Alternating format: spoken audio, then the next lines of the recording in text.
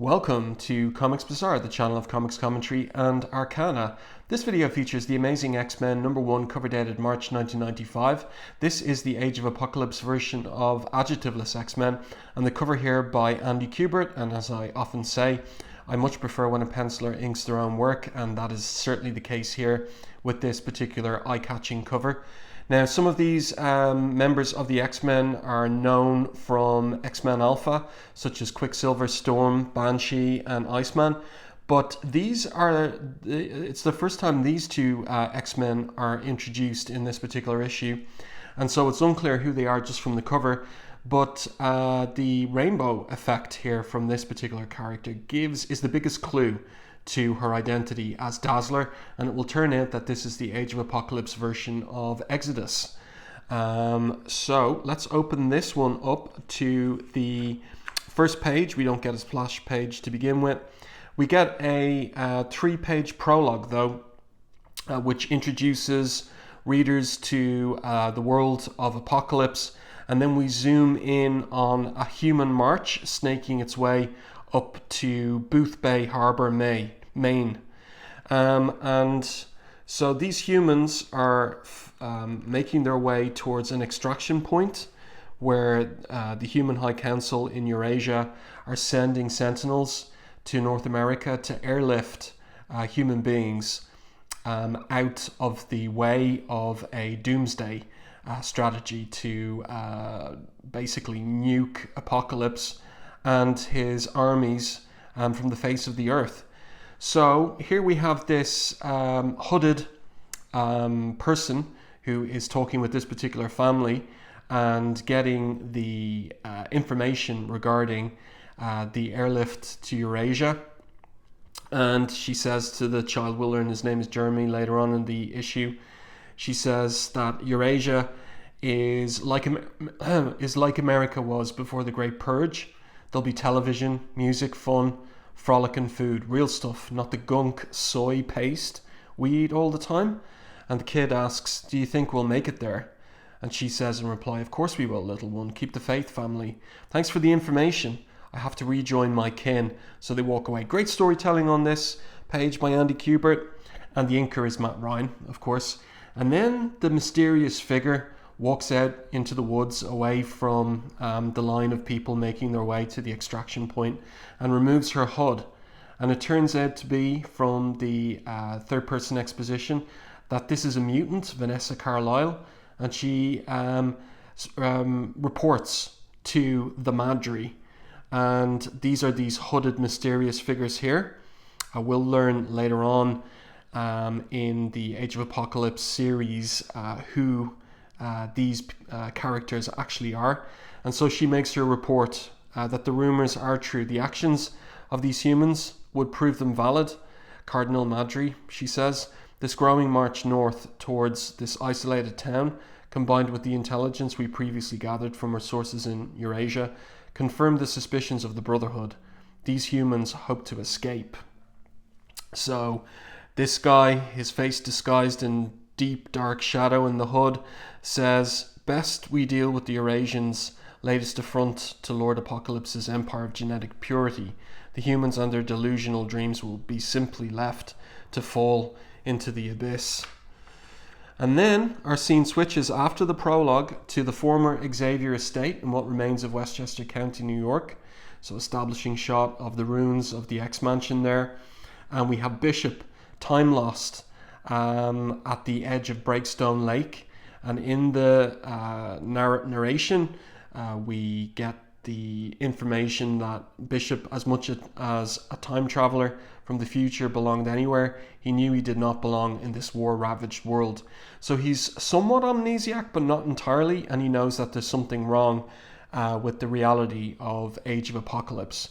But in the background, we see something crash land in front of the X-Mansion, and we have this big armoured hand in the foreground as Bishop climbs his way up from the lake with a nagging doubt inside his heart as regards the validity of this reality. So then we have this speech bubble here, scree, fall back, E. So who could that be? Is it the armoured robot, which turns out to be a sentinel? No, it is Banshee. So now we've got this great anchor image of the X-Men tackling this huge Sentinel with his foot raised here in the foreground. Yeah, that's a really cool shot by Andy Kubert and Matt Ryan. So here we have the title of the story, The Crossing Guards, brought to you by Fabian Nicieza, writer, Andy Kubert, penciler, Matt Ryan, inker, Kevin Summers on colour art with Digital Chameleon covering the digital separations, Richard Starkings on Comic Craft, the digital lettering on this issue. So then we get to see the team acting in unison. Their reaction today, as fluid as teamwork can be, are born from years of working in unison, one part helping the other. And we see that in these panels to the right of the double page spread. So Iceman, Storm, Banshee. This is where we learn that this particular mutant is the Age of Apocalypse version of Exodus, and he's an X-Man in this reality, and Quicksilver. So what's going on is, as I turn the page, he's running there with a disc, and they're attempting to load the disc into the Sentinel's neural net before the Sentinel alerts its squadron allies to our presence, and we can't have that. So the third-person narration caption puts us into Bishop's thoughts. He puts so much pressure on himself to be perfect. Bishop thinks, just like another team leader, he can almost remember at another time. So a reference there to Cyclops, of course. And Quicksilver stops and asks time. And here we have Dazzler, 1 8/10 of a second, Pietro. And he's angry. I was too slow, he says.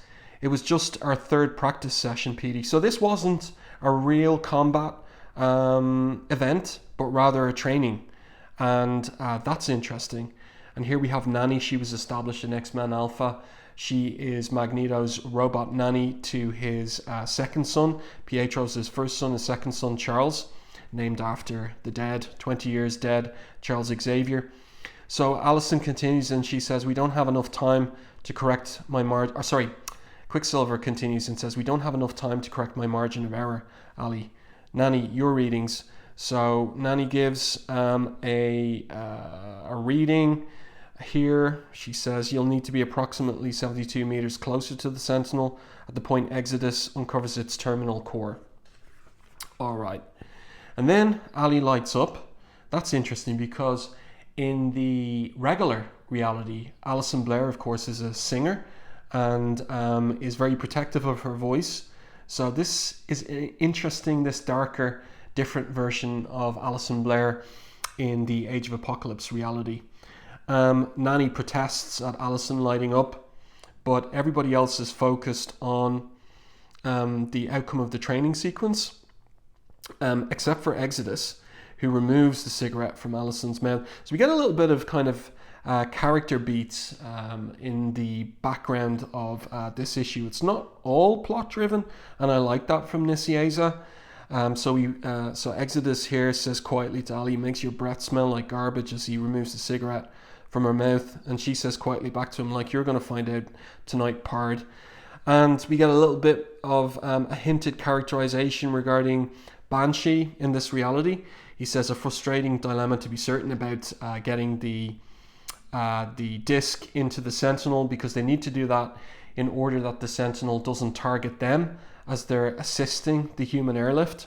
So Banshee says, but the evacuation will never take place unless we can keep Apocalypse's troops at bay. Times like these, I surely miss my retirement from this group. So there's a hint there that just like in the regular reality, Banshee retired from the X-Men. He's done the same thing in this alternative reality as well.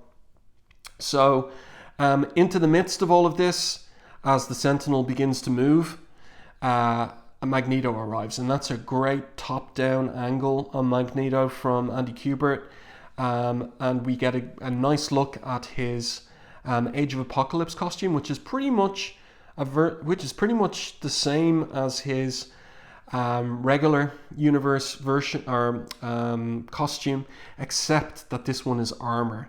So he's got shoulder armor there, and the helmet is more pointed as well at its tip there, which is interesting. These little tweaks that were made to the design. And of course he's got these pigtails as well. I mean, that's a pretty obvious difference too.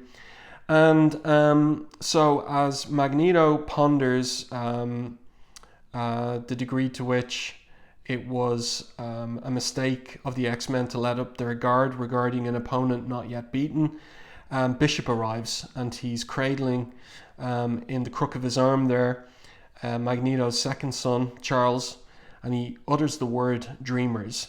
They're the first words Bishop has uttered in more than a day, the narrative caption says. He clutches the young boy named Charles tightly to his chest, as if the child were a life raft in a sea of confusion. So, interesting. And then Allison apologizes for the little trick with her hard light sentinel projection, folks. So it was her who made it appear as if the sentinel was still active. And this is a power of Dazzler's that she doesn't possess or hasn't achieved that potential in the regular reality. And that's interesting.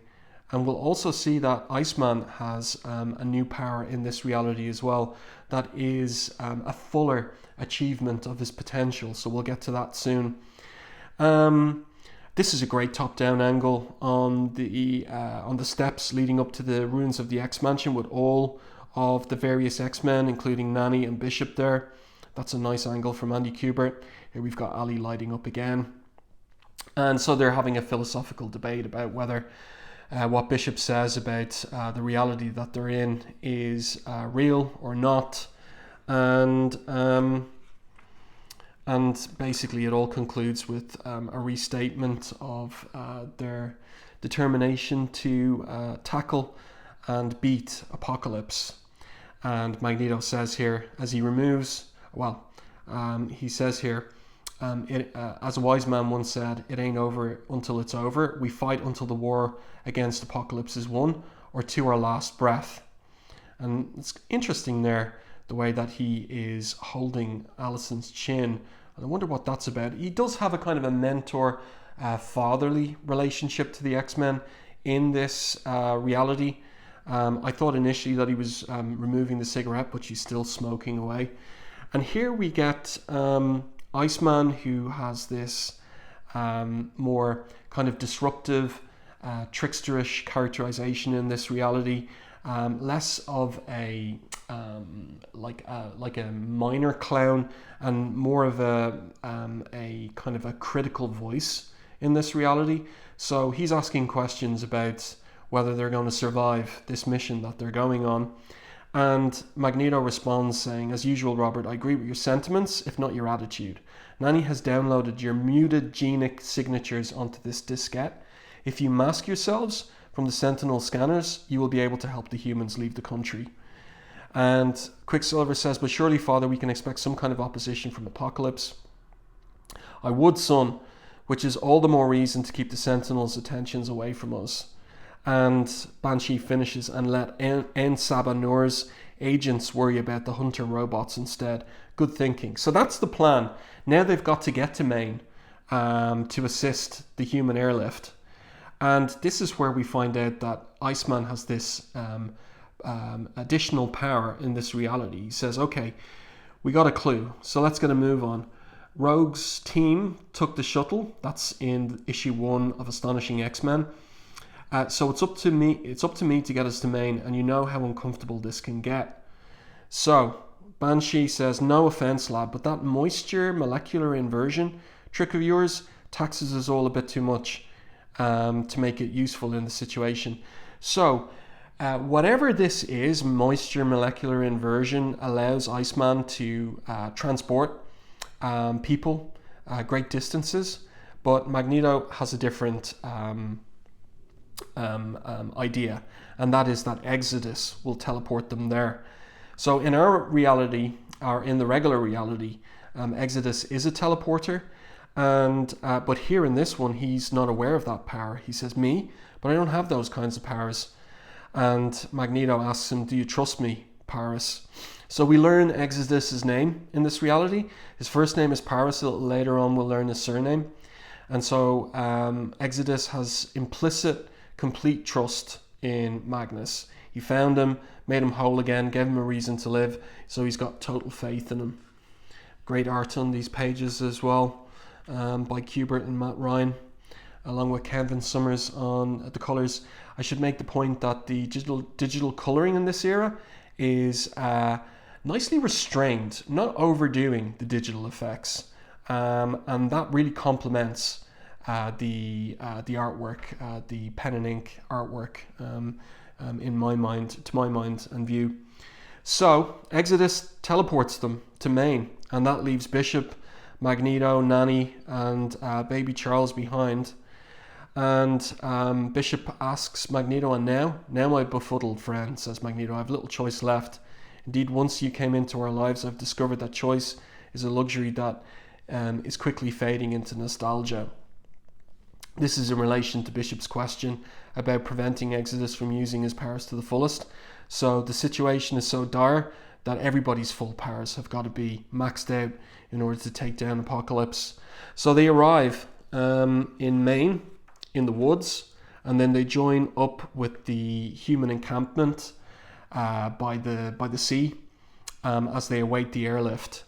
And so Quicksilver goes in and has a little encounter with the child from earlier, Jeremy, and he thinks about how he hasn't a child of his own, and how he wouldn't bring a child into such a world given how grim it is. And then we pick up with Storm. So Storm is out in the Atlantic, and she is targeting a defense monitoring tower, which is part of Apocalypse's Atlantic seawall defense of his domain of North America. And it's her mission to take out this defense monitoring tower, and so she's conjured up a lightning storm with her powers that's hampering communications around the area.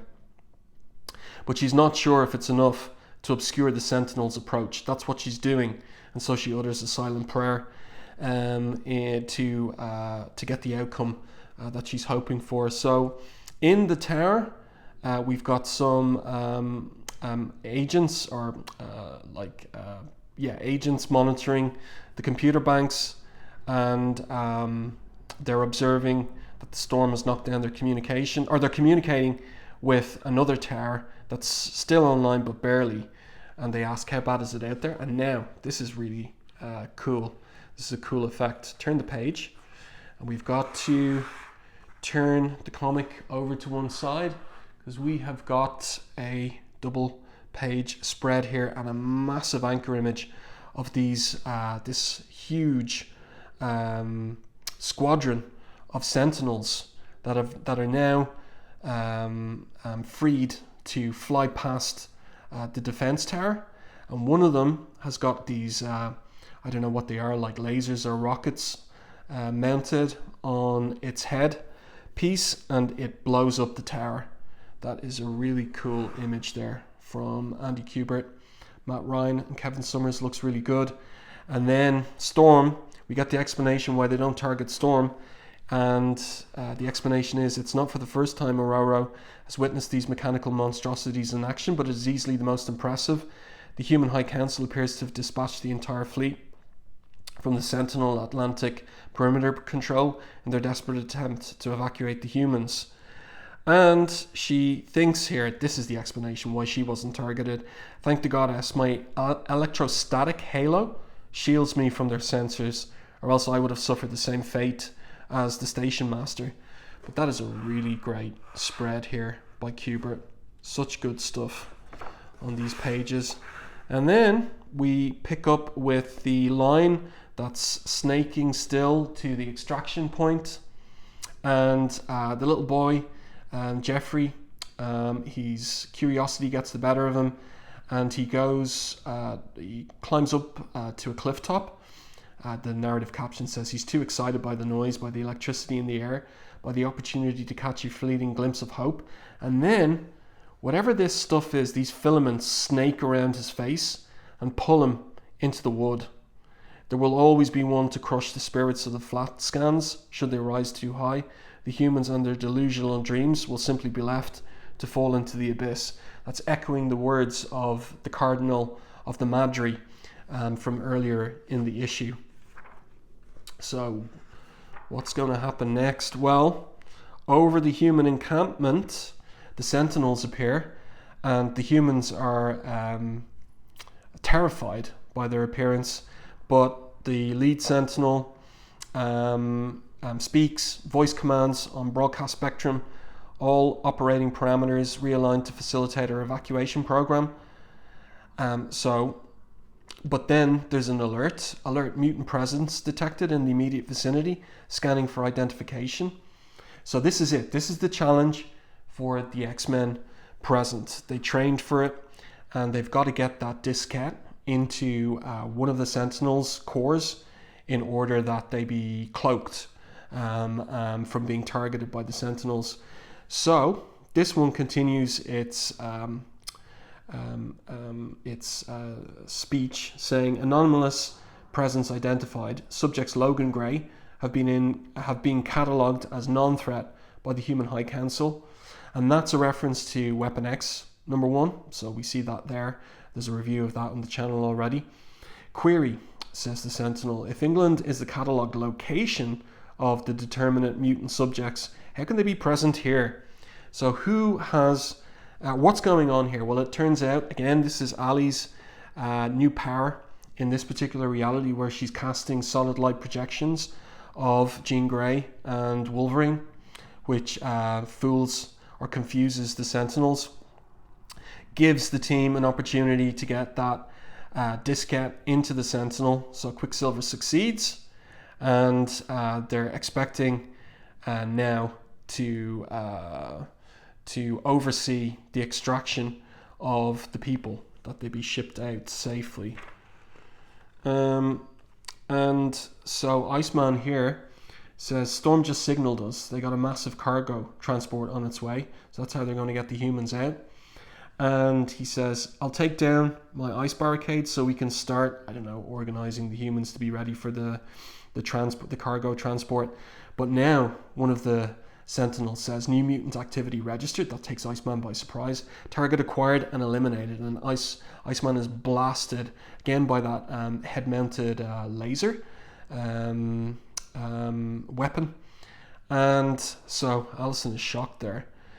The Sentinel attacked him, but I thought, she asks. And Pietro says that the viral program would protect us from their sensors. So did I, Allison. Now, Exodus makes the point Iceman isn't a problem. He'll pull himself back together again, or as close as he usually gets to normality. And Banshee asks, why didn't the override disc work? Bennett is right. The real question here is, old friend, it's worse than you imagine, says Pietro. The program did work. And why is that? Well, Banshee asks, but if the Sentinels are detecting us, then who are the mutants they mentioned as being safe scanned? And that would be us, courtesy of yours truly, doing a little cyber scramble of your disk's programming data. And this character I recognized when I was rereading as Box, Madison Jeffries from Alpha Flight, because I did a review recently of Alpha Flight 53, one of Jim Lee's earliest issues for Marvel, penciling jobs, and Box featured in that issue. And then the rest of these characters, well, this is this Vanessa Carlyle character, and she is from the Prime reality. She is Deadpool's girlfriend in that reality. Now, these other characters are unknown to me at present, but their identities are obviously going to become clear in the next issue. So it's an interesting anchor image here, teasing a team that announced themselves as the Anointed Brotherhood, of Apocalypse, and that they're going to end the X-Men terrorists with extreme prejudice. So that's an action-packed conclusion to this first issue of Amazing X-Men.